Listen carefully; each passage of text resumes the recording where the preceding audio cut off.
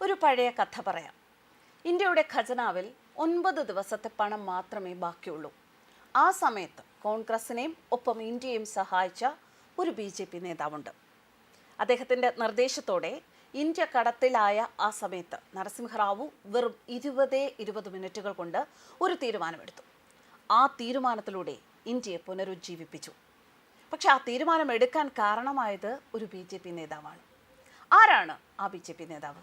1991 ഇന്ത്യയുടെ സമ്പദ്ഘടന കടത്തിൽ മുങ്ങി. ഇതോടെ അന്നത്തെ കോൺഗ്രസ് പ്രധാനമന്ത്രിയായിരുന്ന നരസിംഹറാവു അന്നത്തെ ധനകാര്യമന്ത്രിയായിരുന്ന മൻമോഹൻ സിംഗിനെ വിളിക്കുന്നു. ഇനി ഖജനാവിൽ എത്ര പണം മിച്ചമുണ്ട് എന്ന് ചോദിക്കുന്നു. ഇനി 9 ദിവസത്തേക്ക് കൂടിയേ പണമുള്ളൂ എന്നായിരുന്നു മൻമോഹൻ സിംഗ് നൽകിയ മറുപടി. വല്ലാത്ത സാമ്പത്തിക പ്രതിസന്ധിയാണ്. ഈ സാമ്പത്തിക പ്രതിസന്ധിയെ എങ്ങനെ മറികടക്കാൻ സാധിക്കും എന്ന് നരസിംഹറാവു മൻമോഹൻ സിംഗിനോട് ചോദിക്കുന്നു.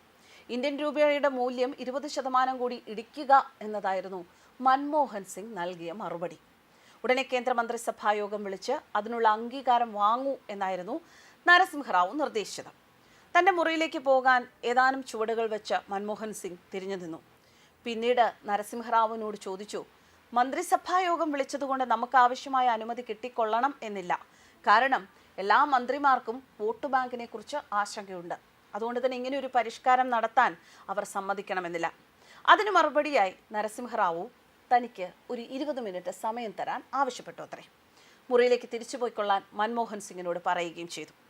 എന്നാൽ കൃത്യം 20 മിനിറ്റ് കഴിഞ്ഞപ്പോൾ മൻമോഹൻ സിംഗിൻ്റെ മുറിയിലേക്ക് നരസിംഹറാവുവിൻ്റെ ഒരു സന്ദേശവാഹകൻ ചെന്നു. അദ്ദേഹത്തിൻ്റെ കയ്യിലൊരു കത്തുണ്ടായിരുന്നു. സാമ്പത്തിക പരിഷ്കാരങ്ങൾ ഉടൻ നടപ്പിലാക്കാൻ ആവശ്യപ്പെടുന്നതായിരുന്നു ഈ കത്ത്.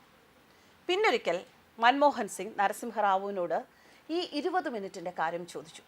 എന്തിനാണ് തന്നോട് റൂമിലേക്ക് പോകാൻ പറഞ്ഞതും ആ 20 മിനിറ്റിൽ അദ്ദേഹം ആരോട് കൂടി ആലോചിച്ചു എന്നായിരുന്നു അദ്ദേഹത്തിൻ്റെ ചോദ്യം. നരസിംഹറാവുവിൻ്റെ മറുപടി ഇതായിരുന്നു: അടൽ ബിഹാരി വാജ്പേയി. അന്ന് പ്രതിപക്ഷ നേതാവായിരുന്നു അടൽ ബിഹാരി വാജ്പേയി. രാജ്യത്തെ രക്ഷിക്കാനുള്ള സാമ്പത്തിക പരിഷ്കാരങ്ങളുമായി ധൈര്യമായി മുന്നോട്ട് പോയിക്കൊള്ളാൻ അടൽ ബിഹാരി വാജ്പേയി സമ്മതം നൽകി. പിന്നീട് സാമ്പത്തിക പരിഷ്കാരം മൻമോഹൻ സിംഗ് നടപ്പാക്കിയപ്പോൾ BJP സമരം ചെയ്യാതെ മാറി നിന്നു.